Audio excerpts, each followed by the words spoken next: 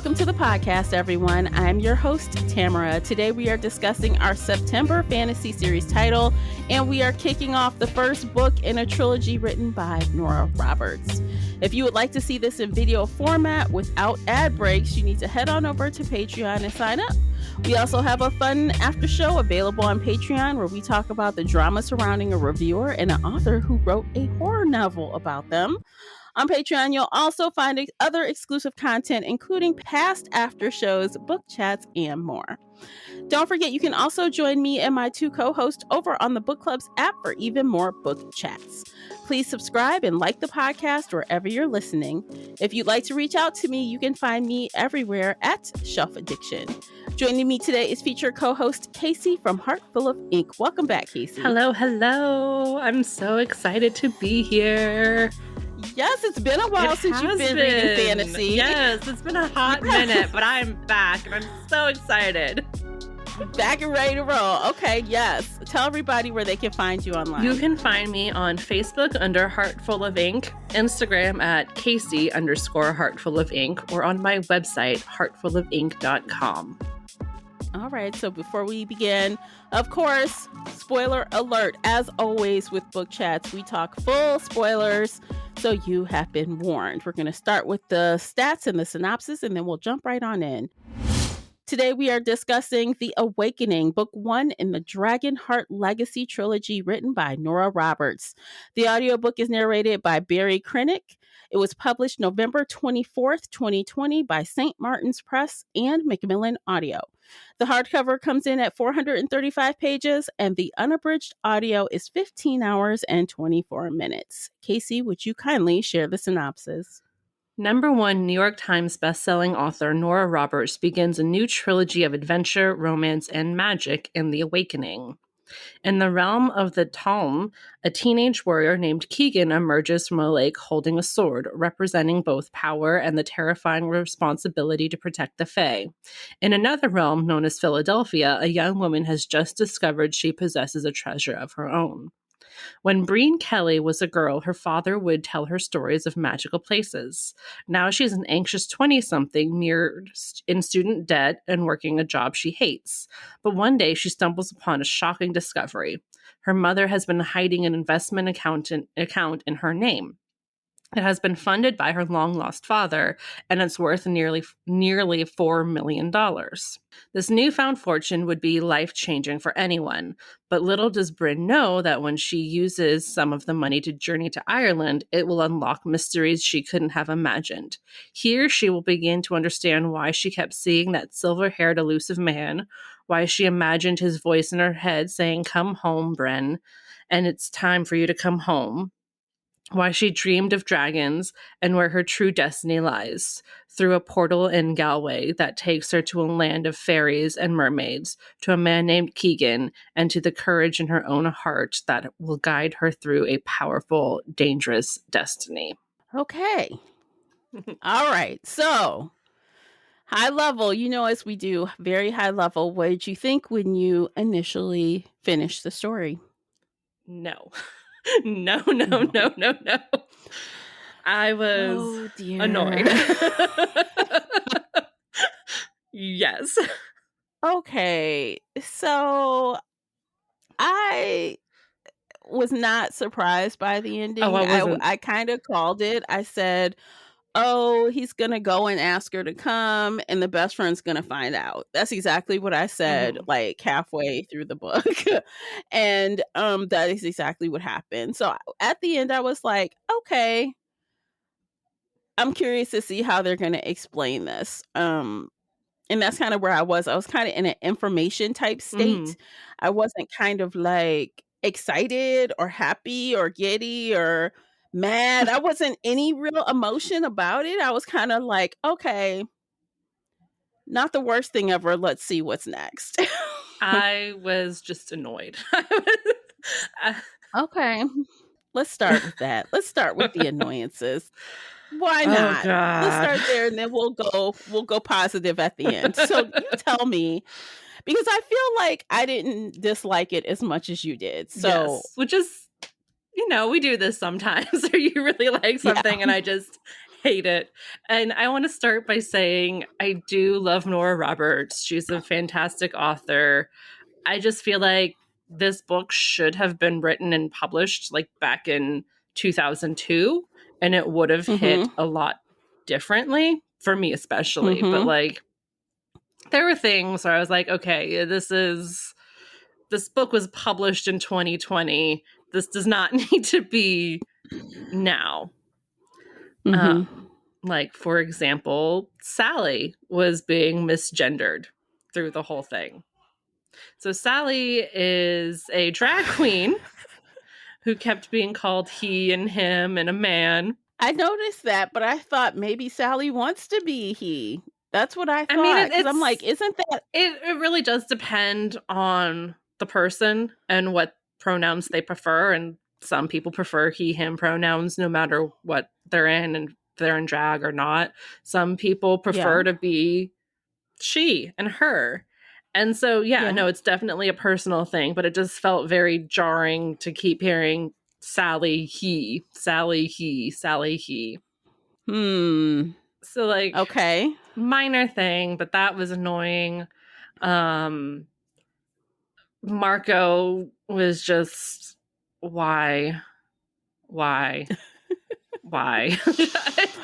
Marco was kind of whiny a little Mm-hmm. bit, and I think that now I understand they've known each other for a really, really long time, Yes. and that's fair. Like, they connected over feeling alienated Yes.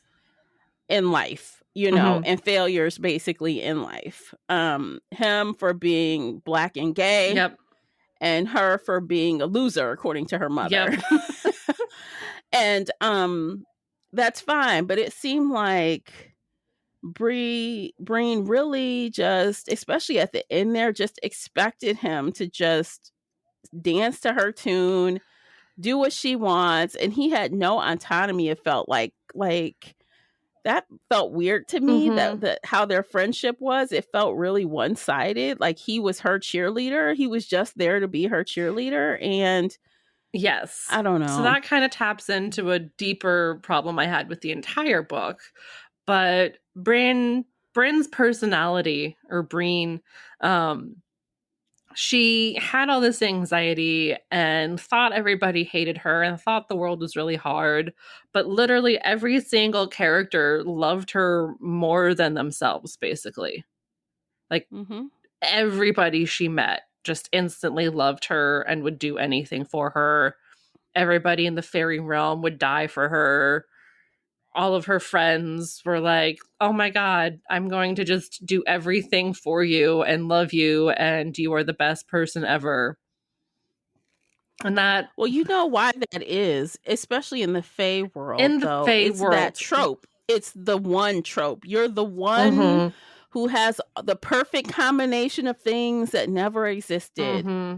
It's you. You're the savior. You're You the can save savior, you're the us. special one, we're going to So, die for you. right. But even still, they're like, oh, let's be best friends. You know, let's just be best friends. We were friends when you were 3, so we're obviously going to be friends again now, because nobody changes by the time they're 3 and 26. Like Marina, Yeah. was that her Yeah. name? Who has the hawk or Mm-hmm. whatever. She She's just like, thought we they were were telling each other yeah. secrets and we were best friends. And Brent was like, well, I was 3. And I was like, what And I secrets mean, are to you be telling each other honest, at 3? what 3-year-olds can barely fucking Right? talk, okay? Let's keep it real. 3-year-olds can barely talk, Mm-hmm. right? They don't understand a lot of concepts. And who remembers when they were 3? Nobody. I feel like when I really try hard, I remember some stuff from kindergarten.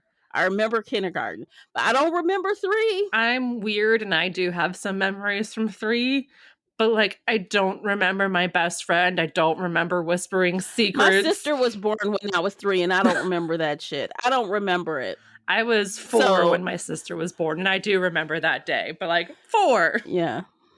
Yeah. So, yeah, no, it was just, what the fuck? Why does everybody love her so much? Why is everybody so obsessed with her and wanting to make her happy, except for her Yeah. mother? It's weird. So it's like this weird counterbalance. Like her mother is ultra Mm-hmm. negative, really rude and mean to her. And I guess Keegan was that way a little bit too, but he was doing it with the purpose to try to get her to kind of trigger something. Yes. And then all of a sudden he wasn't as mean to her after he got her power to kind of flare out at him. Mm-hmm. But everyone else, you're right, is super nice, super welcoming, super friendly, accommodating. We built this cottage for you. We made these rooms for you. We made these cookies for you because you love them, you know? These were your favorite when you were 3. You loved this when you were 3, and this and that. And don't you remember? It'd come back. And her memories were like, Shit. Sporadic. yeah, they were sporadic. I don't know, but maybe it's also because she's a little bit of witch, a little bit of fae, a little bit, of all these different a little bit of a god, a little bit of this. Maybe that's why her memories, I don't I don't know. know. It just, she annoyed me so much because she kept acting like the world was this big evil place and she had this anxiety because everybody was evil, but everybody See, I loved didn't get her so much. I didn't get that people hated her. I got that she has self-inflicted hate. Like, I'm trash. I'm not good at it. I fail. Why would anyone like me? Because of me. I'm not it. I didn't feel it was external. Everyone hates me. I didn't think it was that. I felt like she was saying, I'm no good. Why would you like me? Yes, you're right. It was definitely more internal than external, but she Yeah. didn't want to be external at the same time. Like she kept talking about wanting to hide and fade and not be seen, not be noticed. Mm-hmm. And so that's where I was kind of like, oh, she doesn't want to interact with people. She doesn't want to be around people. Mm-hmm. But then she meets all these strangers and everybody loves her. Like the entire time she was in Ireland with her best friend, she met a million different Mm-hmm. strangers at pubs and, just around the castle. And everyone's like, oh my God, I love you so much. You're so amazing. You're going to have free Oh, food. you're You're going to such and have, such's kid. yes. Well, you're such and such's kid. Oh, you don't pay here. Like, what the fuck? Yeah. I don't know. Bree didn't annoy me as much as she annoyed you, but I definitely didn't really like her that much. Mm-hmm. I felt neutral about her, to be honest. I felt neutral about all the characters in this book. There was no one I especially liked or especially hated. None of the Mm-hmm. relationships especially hit or especially were trash. I felt like really Meh. just kind of meh the whole time, which is not good. I No. mean, it's not good. I Um, want books to evoke emotion in people, even if it's annoyance, even if it's anger. Meh just feels like it didn't hit for you. so let me Yeah, yeah, tell yeah. you. So when I was reading the book or listening, I'm like 20 or 30% in, and I'm like, okay, so nothing's really happened yet. And I'm like, how much longer before something good actually happens?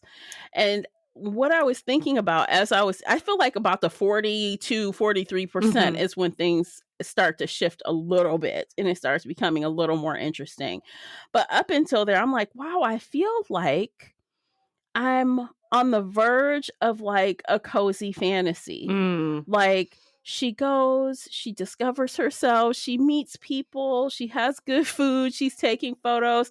I felt like this could have been like some Lifetime or WeTV Mhm. movie where like nothing, where a bunch of nothing was happening for like half of this book, which is probably part of the reason why I didn't feel any kind of connection, good or bad, about Brie or Mhm. anyone else. It was like she was just floating through She life. was. Like, She was just floating through getting everything she ever wanted, but again, with her anxiety, feeling like she's not worthy, not actually getting anything, like it's all going to be taken away. And yeah, no, it was very much a cozy fantasy with that vibe because nothing happened for so long. And even when stuff yeah. did start to happen, it fizzled. And there wasn't enough Hmm. tension. And even at the end, I'm like, I really don't care about the bad guy.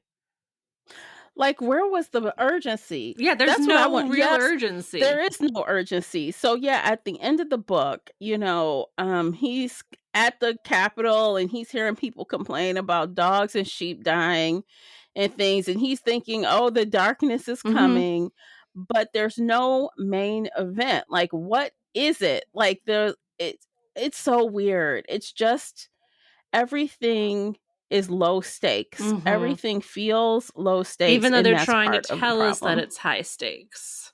Mhm. They're trying to tell us, "Oh my god, all of this evil's happening, all of this bad stuff is happening, it's high stakes, we have to go now, now, now." And I'm just like, "Why?" Why? There Yeah, like, It why? doesn't matter. There was no real climax or resolution to much in this first book. Mm, And yes, it is a first book, but I want but honestly, something. so even in the book, so she crosses over into the Fae world.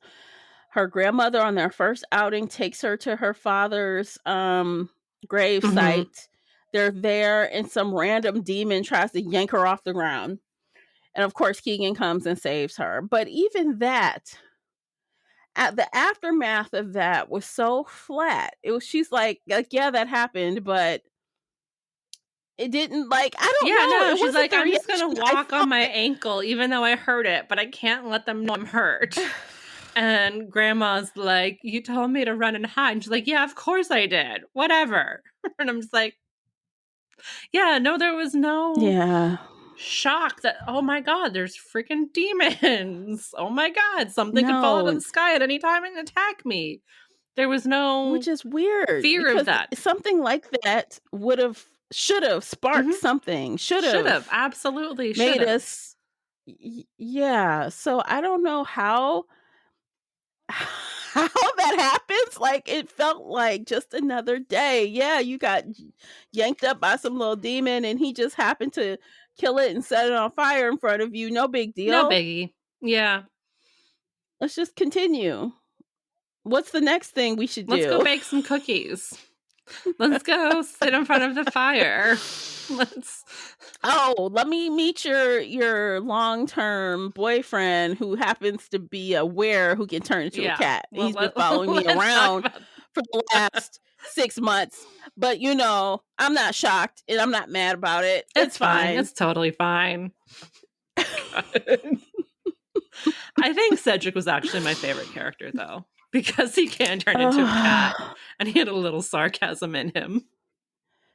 He did, but I'm like, he looks at her when he's trying to tell her enough for Mhm. today. She's asking questions, he giving her Mhm. this look, and she's like, "Oh, I just shut up about the questions for Yeah, today."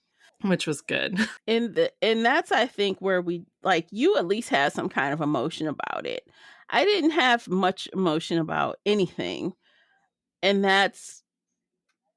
I don't love it like that. But I feel like I want to hope that now that Marco knows what's Mhm. up, now that they're about to go on this different type of Mhm. adventure, that maybe the storytelling will change, because I don't know. I I mean, hope so, but honestly, I have no hope for it. He's just gonna be there and like love and support her and whatever you whatever want you to do, want to do, girl. girl. Whatever. Woohoo! I got I'll your wave your pom poms around. back. Somebody needs to die. Somebody needs to die. Um, somebody It's needs to probably die, gonna be and it needs to Marco, be traumatic. It might be. just because she loves him so much. Or it'll be Grandma, Oh my god. Nan. Or grandma. I don't know, but supposedly she's got this enormous power that we have yet to see. You know how that's going to Mhm. go, right? She's going to unleash this great power, and then she's going to defeat her Mhm. granddaddy, and that's going to be Do you that. think Nora Roberts is gonna drag that out and make us wait until book 3 before the big fight? Yes, if she's smart, she will. I mean, the guy's already infiltrating her dreams because she didn't know what she was Mhm. doing. Now, this I feel like should have had a bigger Mhm. consequence because she didn't know what the fuck she was doing. So she's basically spying on Mhm. him, and he does, like, she didn't know. like in her dream, she's spying on him. It was like something magical, and he saw Yep. her. And so he found a way to wiggle his way backwards, and now he's infiltrating her dreams. And there should have been a bigger deal Oh, about that. absolutely. But just like with the demon attack, it was this little blip, and then everything was fine, and they slept, and then like 2 weeks later, everything's still fine. We're gonna open a window. Just open a The window. I'm gonna calm you down and let you sleep. Keep this window open. People will feel his magic with the window open, because that makes sense. It does not make sense at all. Oh my god. The magic, also the structure of the magic, the structure of the world doesn't really make sense all the way in general. No. Yeah. It does not make sense. Whatever we need to do, like for example, there was another scene where she got bit by the snake. The snake that was supposed to have some kind of like sleeping beauty type potion thing. And and Keegan shows up and helps her kind of burn the poison out or whatever, and no one knew he could do that, and I guess he didn't know he could do that, but I don't know, did it anyway. about it. Like he's like, no, we're just gonna meld minds together, and then you're gonna be fine. She's fine now, and she was. Yeah, I didn't understand how that worked. And I'm like, so wait, if he wasn't there, you mean to tell me that Breen would have just been like sleeping until the woman who put the curse on her just lifted it? She just would have been sleeping. I still don't really understand how the fuck he knew she was in trouble. He was like, yes, I heard you singing, and then you stopped singing, so I found you. And I'm like, yeah, it was some weird, creepy. Because the witch who kind of lured her away, the author tried to explain that it was some kind of illusion around her. But everyone else, it was bright everywhere else. Bright and everyone sunny, else, but Bryn just saw smoky, foggy, dark clouds everywhere, and somehow ended up walking almost all the way to a waterfall, which was like another portal to another world. Which, speaking of worlds, so this is another part of the system that hasn't quite gelled yet. So they kind of have, as Bree says, like she tries to explain it to Marco using superhero logic, like not like a multiverse type thing, multiple worlds layered with entry to each world. So we learn that there's a prison world. There's the place where whoever her granddaddy is, they tried to keep him there. So that's one place. Their place, Earth as you see it, the real world, quote unquote, and there's probably more that we have yet to even I don't know. I mean, that could be. I would like to see more of the other worlds. I'd like to see more of the different realms, but nothing was ever really given much explanation. And when they were talking about, we go to the capital, Bryn was like, what capital? I thought it was just this little farmland. I was like, yeah, same. I thought it was just this little farmland because I kind of assumed it was kind of condensed, but I guess it's a big world like Earth is a big world. And yeah, but that kind of got thrown in there too. Like when he came back from the capital. Oh, God. When he, and then the girlfriend in the capital or the sex buddy, I'm like, okay, so that's one more layer. So he has like this girl that he hooks up with, and then toward the end of the book, all of a sudden we get like a different point of view, and she's like thinking she's gonna get him to marry her, and I'm like, what the fuck? So in the scene when he comes to her, it seems like it's a hookup.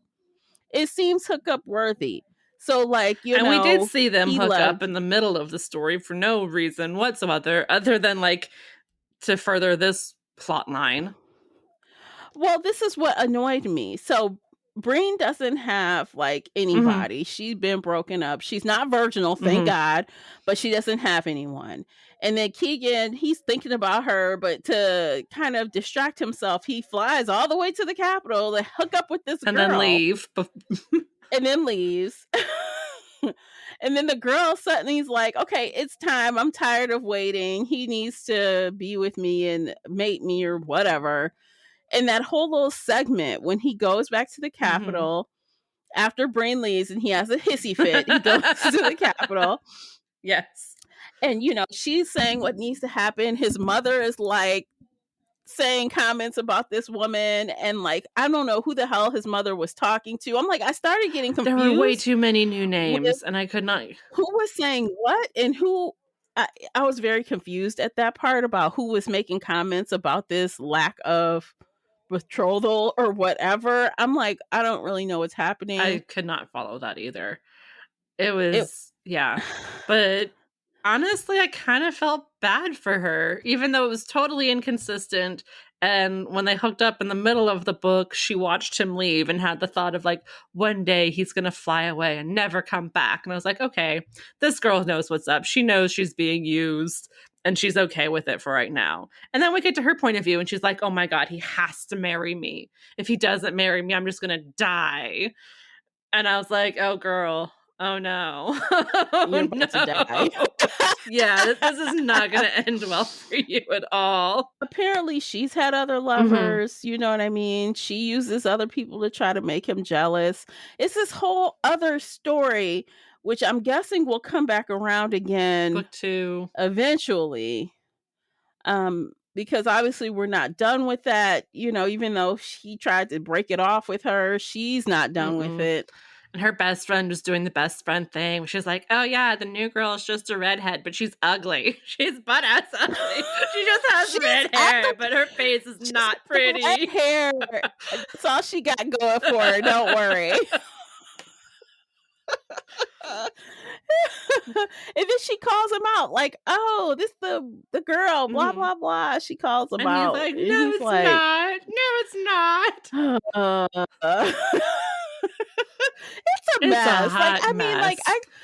That's where I think some of the story also has problems because you know me, I hate a fucking trilogy. I'm not trilogy. I hate a love triangle. 3-way love triangle. And so I'd rather him have his issues, her have their issues, and then they try to sort them out, but not this random chick thrown into it that really doesn't mean anything to anyone. So it's going to be a political thing, maybe? I don't know. That's going to come back. No, it's definitely going to come back. It felt like it was thrown in after the fact because it was just so like, bloop, we see her once in the middle of the story and then, oh, wow, it's at the end. And now everybody's talking about it and everybody has an opinion. And we're just going to gossip and gossip and gossip about them. I know. And the author, Nora Roberts, could have left that out completely. And instead... Because so at the part where, he goes into her apartment, blah, blah, blah, he brings her back. They have this little conversation and he says, I only took the sword because of you, in the water. She could have spent some time going between their point of views, his and hers. And we could have gotten some insight into him and why he feels the need to protect her, what the history is for him, because that would have made me care about that more. Yes, for sure. Because I totally forgot that happened at the beginning. I had to go back. I'm like, oh, yeah. Yeah. No, I had to go reread the prologue again just to be like, what the fuck is he talking about? What's going on? There was so much opportunity lost to make the listener, care about them or want to root for them as a couple, because that whole meant to be or whatever it was there, the guts was there, but she's passed over it. And they kind of interacted as children a little bit, and he was even like, yeah, no, you were a little toddler who wanted butterflies and I didn't care about you. But then he made this aside thought of but then there was another time, and I was like, oh damn, there's going to be something here. And I think it was just after she was taken and they, the battle, and his mother found out that her husband died, and little Breen just went and stroked her arm and made her happy again. I was like, is this it? Seriously? Seriously? Okay. Let's take a break. Let's take a quick break, y'all. you gotta check out the commercials. By listening to the ad break, listening to these commercials, you are supporting the podcast. And while you're at it, hop on over to Amazon and pick up your copy of the book review journal, available right now. We'll be right back. Today's episode is brought to you by the Shelf Addiction merch store. Check out all the bookish t-shirts, notebooks, mugs, and more. Don't miss out on these original designs, perfect for any book nerd. Support the podcast and visit shelfaddiction.com/merch and pick up your next favorite bookish item. Okay, welcome back. We've got more. Do we have more? I have more a long-ass list. Hit me up with the next thing on your list. So this is absolutely 100% personal. You know how doctors and nurses and anybody in the medical field cannot watch Grey's Anatomy or any medical TV show because they get everything wrong and it drives them bonkers? Mm-hmm. As an editor who looks in the book publishing world, yep. Oh my fucking God. I was like, did we really need to throw the publishing business into this on top of everything else? It was the thing that was supposed to hold her back in the human world, but it's such bullshit. Oh my God. You cannot write a book in a month and it be okay. It's not possible. Even a children's book? No. Even if you're a teacher. So I work with first-time authors, and I work with mostly high school teachers, but no, you cannot write a book in a month and it be good because you don't know what the fuck you're doing, because you've never written a book before, because you are so stuck in your own brain and you put the words on the page and it makes sense to you. But then somebody else is going to come along and be like, this doesn't make sense. Let me help you make it make sense. And if your grandma reads it and says, oh my God, it's perfect, she's probably lying to you because it's not perfect. And then your best friend reads it and says, oh, it's so great. God, it's so great. Lies. It's all fucking lies. And then if you start querying agents, the first person you query is not going to respond to you. If you send out 100 queries to agents, you might hear back from 40 of them.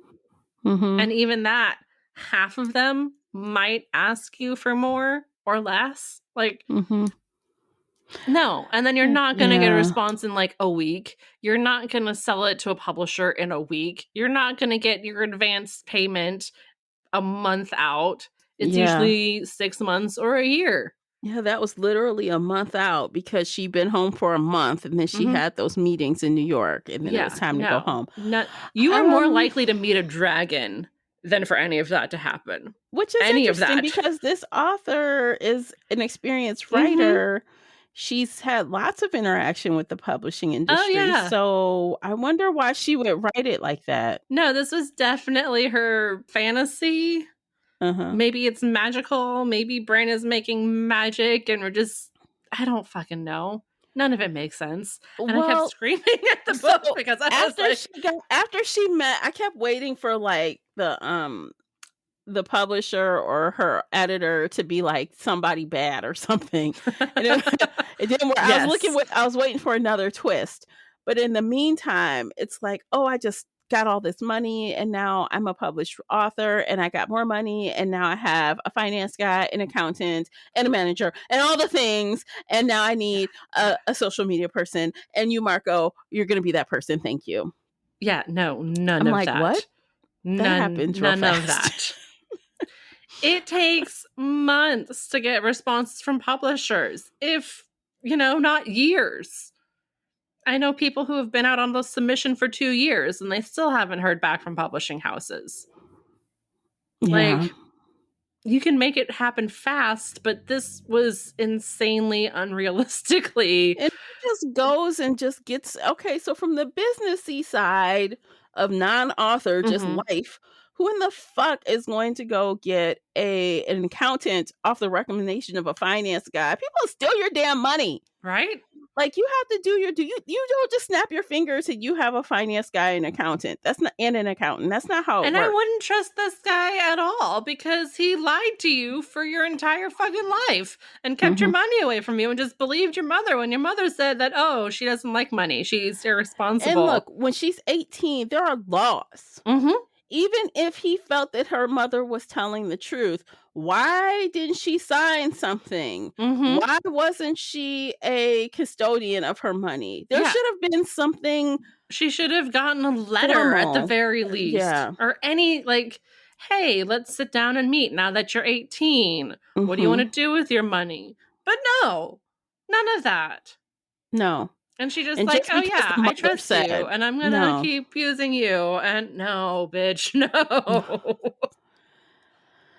There were a lot of things that, like I said, lifetimey, you know, like just Yeah, no, I'm used look to at this from yeah. TV shows and movies because they don't understand the publishing world and they need it to move fast. But coming from Nora freaking Roberts, this kind of felt like a slap in the face to me because no. Like, she knows how this works. She knows how understands this the works. business. She's been doing this for decades. Like, why would she make someone think, even in an imaginary world, why would you want any people who are wanting to be authors that read this book think that this crazy, fantastical situation and they could be real? believe it. Oh, they believe it. Sometimes I get inquiries from people who are like, I just wrote my first book. My mother said it was fantastic. Can you do a copy edit and just clean up the grammar so I can send this on to an agent and get a publisher? And I'm like, there's a plot hole on page 1. Like, Womp womp. no, you need to study the craft. And again, being a teacher doesn't mean you know anything. Being an English major doesn't mean you know anything. You know, people are looking for that 1 in a million chance. And yes, here, like, you remember Veronica Roth. You remember her. She wrote her first book in a semester in college, supposedly. That's more than a month. Right, but there are a couple of authors that have done something in that wheelhouse, right? But that's also far and in between. That's not the norm. Even then, that's not the norm. No. That's the exception. So this book kept making references to Harry Potter, so I'll talk about that. J.K. Rowling got dozens and dozens of rejections from agents before she finally found one. Then they got rejected by like every publisher in the UK before they started querying in America, and they got rejected there a lot before they finally got it published. And then Harry Potter became like the biggest magical middle school book series in the world. Yeah. But she got rejected a hell of a lot. So it's not that you're bad if you're rejected. It's just that that's how it life. Is. That's how publishing works. Yeah. You're going to get 100 rejections for every yes you get. Whereas in this book, she just got yeses at every turn at the speed of fucking light. I know, it was so easy for her. So easy. Everything was so fucking easy for her in this book. I mean, okay. Everything, literally. Everything. From learning how to make spells to executing spells. I mean, even riding a horse or even learning how to fight. Like, yeah, she got some bruises, but hey, there's a magic potion. I could just fix it. Back at it the next day. Like, there was nothing. There was no struggle. There was no. And I kept thinking about Fourth Wing because we just read that and how our character there, she struggled. Yeah, things were easy for her. Yeah, she was the main character and people loved her. But, you know, when she was riding a dragon, she constantly fell off. And that was like, she failed a lot. Yes, she did. And Breen in this book never really failed at anything. Yeah, Fourth Wing, she even had to like find a way to like lessen her competition so she didn't die, right? Yeah, no, she like, started drugging people. Started poisoning people just enough so that I cannot die. But, you know, this character, she didn't even have to like think her way out of a paper bag. It was so easy. Everybody handed her everything she needed. And yet she kept having all this anxiety and like, oh my God, Mm-hmm. what if I have to send this query, but what if she says no? Oh Mm-hmm. no. Now she Mm-hmm. said yes, but what if she says no again? Or what if she takes it away from me? Like it was just, it felt ridiculous that she had so much anxiety when everything was being handed to her. And I don't Yeah. want to diminish her mother, because a mother can fuck you up real bad. Like a Mm-hmm. mother telling you you're not worth anything is For your awful. whole life, Yeah. essentially. And that will fuck you up. Yeah. But I wanted more struggle just in the day-to-day life. You Yeah. know, struggle in Ireland on your trip, struggle learning magic, fail at something, get Driving a came goddamn easy. rejection somewhere. Even driving on the wrong side of the street became easy Yeah, for it her. was She's so like, easy oh, for it's so her. natural. Yeah, Everything's just great. I'm supposed to be here. I can just learn how to grow plants and learn this and learn that and yeah. just write 2 books at the same time. And And write a blog and have 50 plus comments on every single blog look, every single day. day one, you have like 16 comments. Get the fuck out of It was over 40, and then she kept getting more comments on it, and I every was like, get day. the fuck out. She's a blogger instantly. Mm-hmm. In the year Yeah. 2020, blogs do not get that much attraction. No, they don't. Honestly, that also kind of shows the author's age. The fact that she used a blog to be. There are several things where I would, they would just say something, and I'm like, that was so 2005. Yeah. She shows she's a little bit out of the loop. I mean, Mm-hmm. not to like, again, me and Classy have complained about everyone being a podcaster in these mystery books. But honestly, if she had made her a fucking podcaster, that would have made more sense than a blogger.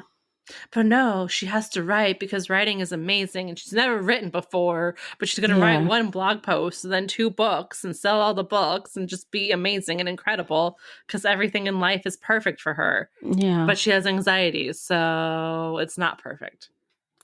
Yeah.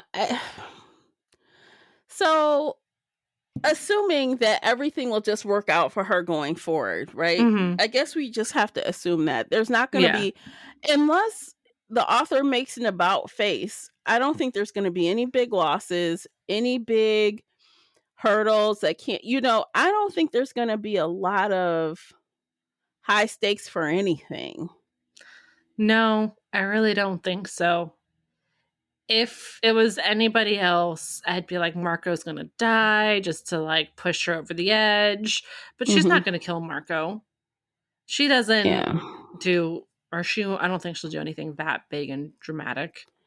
Now, okay, so I feel like I kind of got a little bit of trickery by the author because, like I said in the podcast where we kind of talked about this book before when we were first introduced to it and we did our sampling of it, Mm-hmm. I read this other trilogy by her that was post-apocalyptic fantasy, kind of the same theme though. There's one to save the world, but it was a lot more fear and things are fucked up and the world is fucked up. Like it was a completely different, like night and day, as far as like how the main character had a lot of hardships. People died. Oh, It was damn. so different than this. That is, again, I'm gonna keep saying lifetimey because that's what it is. So like that was so dense and like, OMG, what's going to happen next? Who is she going to meet? How are they going to figure this out? There were questions, and this is really like someone just reading me a story. Just tell me a story. And it's not even a story. It's just kind of like, here's a list of all the happy things that are going on. Here she's going on vacation, first class plane tickets. Here she's staying at a castle. Here she found a cottage that's just perfect for her. Here she is, with a puppy now. And it's just like, okay. I felt a little deceived because I thought this is the type of writing I was expecting. Mm-hmm. And this is not. I mean, I was hoping for that too. And then the story just did not deliver that at all. It didn't. It felt like even in the beginning, even the beginning when, Keegan is picking up the sword, it felt like there might be something really dangerous happening, or there could be Mhm. something really traumatic, and I thought Mhm. maybe we go back to him before. I think the author missed the boat when she did not do dual, Point of views. narratives. She Mhm. should have done dual narratives, because that way we could have Learned a learned lot more, more. and we could have been invested in, like, maybe had some bad things happen on his side. We Mhm. could have been more invested with why this world needs her so bad, and Yep. we didn't get that. That was Nope. like a major component that was missing. Mhm. We kind of saw it in that one nightmare that was, when her grandfather was manipulating her dreams. But even still, like we mentioned earlier, they just kind of, oh yeah, whatever, it's okay. You're fine now. Just go back to sleep. Yeah. And there was one scene with the grandfather where she got to see what happened on the day she was kidnapped and Mhm. rescued through her grandmother's eyes. And you see, she sees hers, and it was like reciprocal. They could see each other's point of view on that event. And Mhm. so we have Breen's point of view, where she is literally fine Mhm. until she starts like calling for her parents and crying, and the grandfather's like, well, if you're good, you can have candy, you can do this, you can have all of this, but when you're bad, you get slaps and something else. And she's screaming, I don't like you. He slaps her, and why did I laugh? I'm like, oops. That was not, I know that was not the moment that the author was going for, but I'm like, why did that seem funny to me? And that's always Because bad it's with ridiculously over the top. Here's the most evil man in the world ever arguing with a 3-year-old toddler. yes. Like, I'm gonna slap you if you're not good. Like, And then he bitch. does it. And then she's like so pissed that she like explodes some glass. I'm like, some fairy glass. I'm like, Mhm. what the? It was funny It to me. I'm was like, funny oh, just because it's so absurd. And, like, anybody who's been around a toddler, yes, you kind of want to snap at them, but you mm-hmm. don't do it after, like, 0.2 seconds without them Right. screaming for an hour first. Yeah. Like, come on. But But and then of course everyone just comes in, swoops her up, they all run away, they have this mhm, showdown, and she's ferried to safety. mhm. A lot of people die, but oh well, who It's cares? fine. It's fine. I Gotta don't save I the don't know. 3-year-old baby.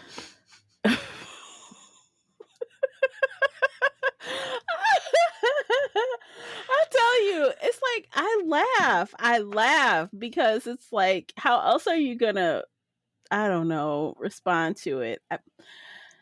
I just think whatever the author was trying to achieve, she missed the boat for me. It did not Yes. hit for me. Now, um, the ratings, which was part of the reason why I said let's push forward with this one, because Mhm. with a hair over 51,000 ratings on Goodreads, and 4,800 reviews, the average is 4.22 out of 5. That's a really high rating. So, my thought on that is that this came out in 2020. And everybody was going through the roughest year we've ever collectively lived through. And they Mm-hmm. just wanted something happy and peaceful, and nothing bad ever happened. And that's Well, exactly what that this fit the was. bill. Mm-hmm. I think It if was I the had read opposite. this in 2020, or like I said, if I read this in 2002, like 20 years ago, I would have loved it. It would have been like, oh my God, everything's so happy and perfect, and I want this life. And like, Oh, you know, but I'm kind of a jaded, angry adult who knows the publishing world doesn't work like that. I'm not sure I would have loved this in 2020 either. So, like, again, I'm going to compare it to the book we just talked about a couple weeks ago. Hmm. What grabbed me about Fourth Wing, if you remember, you guys, if you haven't listened to that episode, please go back and listen. That first scene where we are introduced to these majestic dragons, Hmm. they are. majestic and scary, and like it's just wow. Okay, and that's what I wanted. I'm like, okay, this is about dragons, there's a dragon. And we see the dragon, and I'm like, there's a dragon. But like I don't feel any awe about the dragon. I know Breen felt surprised about the dragon, and she even rode the dragon for a minute, but we didn't get any of the descriptives, any of the feeling about seeing riding a fucking dragon. There was one moment where she watched it like flying overhead. She's like, oh my God, this is the most gorgeous thing I've ever seen. And that was it. And it was just the tiniest little blip of a moment. But yeah, no, there was no. Rebecca Yarros nailed it. Like she talks about the fear that you bring getting close to dragons like that breathe and they move, and how they look at you, and how all the things, all the senses dealing with the dragon. And Nora Roberts kind of fell really flat with it. I'm like, okay, well, there's a black dragon, or a dragon. I don't even know what color it was. I know its horse was black. What color was the dragon? I thought it was red. Red? There was a red dragon at some point, and I think a green dragon. I don't know what color his dragon was, but yeah, his horse was black. I mean, even when we got the war scene and the grandmother had a dragon, right? They all kind of were a dragon. Where the hell is her dragon now? Where's the dragon? Explain to me how you get to be dragon riders. Like, there is so much that is like, we got the parts that aren't even important to the story to me. I feel like I would care more about that part than I care about your stupid bedtime friend in the Capitol, or about writing this silly ass children's book about the dog that you inherited. And honestly, the focus was wrong. Yes, the focus was wrong because, she spent so much time in Ireland playing tourist. That was a good 30% of the book that was just redundant and annoying and overdone. And then, even living in Magic World, she's like, well, I'm just going to walk back to Earth and live in my cottage on Earth because I like that more. And I don't want to be part of the Magic World. And then at the end, she's like crying because she has to go back to Earth and leave Magic World. And I'm like, but you've been leaving it every single day. I don't understand why you feel the need to go all the way back to Philadelphia. You can sit in Ireland in a coffee shop with your Wi-Fi and do everything you need to do. She didn't have to go back. She didn't. See, the thing is, she wanted to go back to tell people she wasn't coming back, but she didn't have to do that. Absolutely not. She didn't. She could have got on a FaceTime and be like, hey, y'all. Love y'all, not coming back for a while. I don't know when, but not for a while.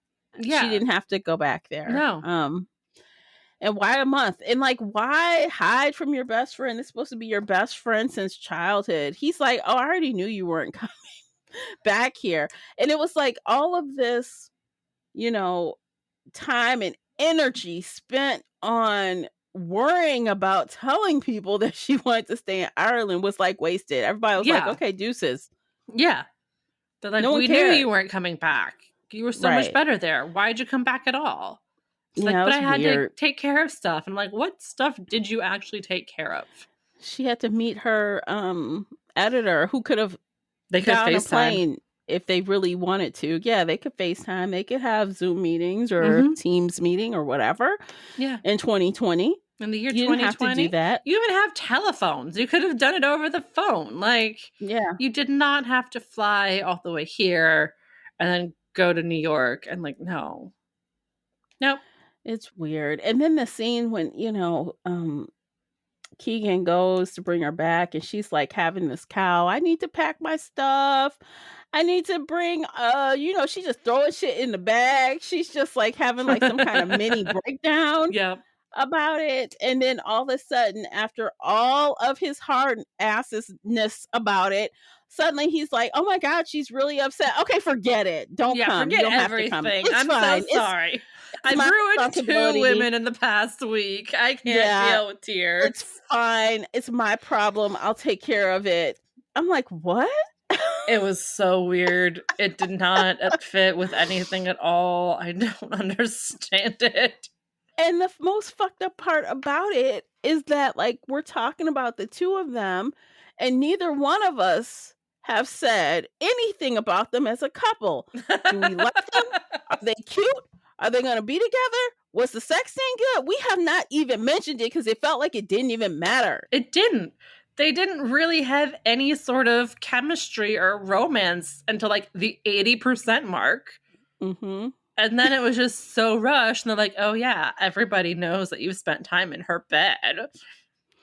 Like, how does everyone know that? But okay, that's a whole nother question. I don't really care I to guess know. little I don't want to know. pixies with the window open can hear everything and They go back and gossip. tell everything. They go back and gossip. I don't know. I don't know. It's just weird. But if I had to say a highlight, yes, please. I do think the audiobook narrator was great. I listened at pretty fast though. I listened at like 1.7. Oh, I was wow. listening pretty quickly. Because on normal, as most narrators do, they sound like they're talking like this. Yeah. You're like, what? No, I started listening to the audiobook too because I was like, I'm not going to pronounce any of these names right. And I'm pretty sure I get them all wrong anyway. But I listened at 1.35 and I was like, I know this is slow, but I'm trying to like understand and make sure I'm getting all of the names right. Mm-hmm. But yeah, no, she did a great job. Yeah. And I think she added, because I did get through it fairly quickly. I think I read it in about 4 days, and that was like inconsistently listening. So, and I finished it last night because I also wanted to try to finish as close to the recording time as possible. So I kind of made it stretch. Yes. into. So, I mean, I think the audiobook was good. And if you're going to read it, I recommend the audiobook. I don't know how this would be just reading it. I don't know. It'd be really boring. It'd be really hard to get through. Yeah. Ugh. Okay. You have anything else on your checklist? I mean, yes, but disdain? I'm not going to start. Okay. Maybe we can cover a couple more in the after show. We'll include a couple more points in the after show that, yeah, if you want to know what else we hate or Casey hates. I mean, like I said, I have no feelings. I have no feelings. It's not horrible. It's not good. That's good, I guess. Neutrality. I'm very neutral about it. Very unusual. Okay, well, let's rate the thing. Should we go ahead and rate it? Let's rate it. Okay, you first. I'm very generously going to give it 2 stars. Okay. It was well written. It is Nora Roberts, but everything annoyed me. So okay, fair. And I'm gonna go with my math rating, which we all know is 3 out of 5. Didn't love it. Didn't hate it. Meh. It's fine. It was fine, quote unquote. That's not bad or good. It just is. With that said, at the end of the first book, I was curious about what happened next. So, unlike another series we all out quit, I didn't feel that way. I didn't feel like, oh, no, I can't continue this. So that's good. That's really good. Because I'm like, it wasn't that bad. It wasn't that bad. So that's good. Anyway, so we'll be back here next month. Actually, let me even see what the second book is. That's a mess. I don't even know.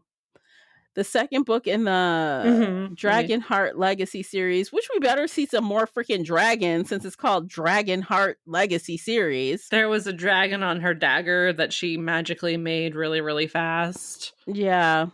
Which was something people don't do for like years of studying. Years, but she did it in a hot minute. Yes, and it added something extra without her. Like, okay. So, book 2 is The Becoming. So, I'm assuming that now that she's awakening, she is going to become the one, quote unquote. She's going to be finding her power and using her power. So, that's what I guess the next one is going to be about. And the final one is called The Choice. The Choice. So I don't wonder what the choice is. I don't want to look ahead, but it's gonna be, does she stay in fairyland or does she go back to Earth? Oh, we all know what that's gonna be. I mean, it would shock me if she went back to Earth, to be honest, because by then she's gonna be all head over heels for Keegan by then. And if she already is, and I don't understand why. Like, was it supposed to be enemies to lovers, but it just had no enemy spark. He was just kind of a dick to her to make her fight more. Yeah, he was rude. Actually, it was one scene that I did think was kind of funny. I kept saying, like, why are you such an asshole to her? Like, why are you so mean? And then his sister, like, they're talking, and then he comes in, and she's like, stop being an asshole, basically. Like, get your rude ass out of here, she says to him. I'm like, exactly, get your rude ass out. That was about the only comedy. Yeah. And I agree with his sister. He was an asshole for no reason. Yeah, like, what are you doing? But okay, so I guess we're in for more of him being an asshole, I'm sure. He's not going to flip overnight. So we've got that. And we've got poor Marco going to be completely dazed and confused for several days, probably. Yeah. The only Black gay man in fairy world. Honestly, I was shocked he's just going around chit-chatting everybody up, having a good old time, going into town by himself. I'm like, you're probably the only Black man within like several kilometers. So, but he's happy, so I guess. It'll be fun reading book 2. I know. I mean, I really hope next time we can come in with something that we liked. I don't think we ever got to things we liked. Oh, the narrator. She was good. I like her. The Lord help me. Okay, you guys, if you have read The Awakening and you either agree or disagree, let us know. Actually, on Spotify, there's a section for you to leave your own comments about this episode.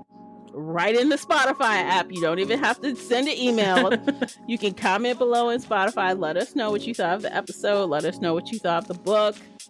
I'll even have a poll for the rating because I want to know what y'all rated it. And then join us for book club. Yes. So you have enough time to join us in October. Yes. And still share what you thought about book 1. Because, we always come back to it. We're going to be like in book 1 and then in book 2, because you know how you do. Yeah, of course. It's all connected. You have to talk about all of them at the same time. Absolutely. So definitely don't forget to subscribe, like it, share it with your other fantasy-loving friends. And we'll catch you guys in the next one. Until then, take care of yourselves. Bye, guys. Bye, everybody.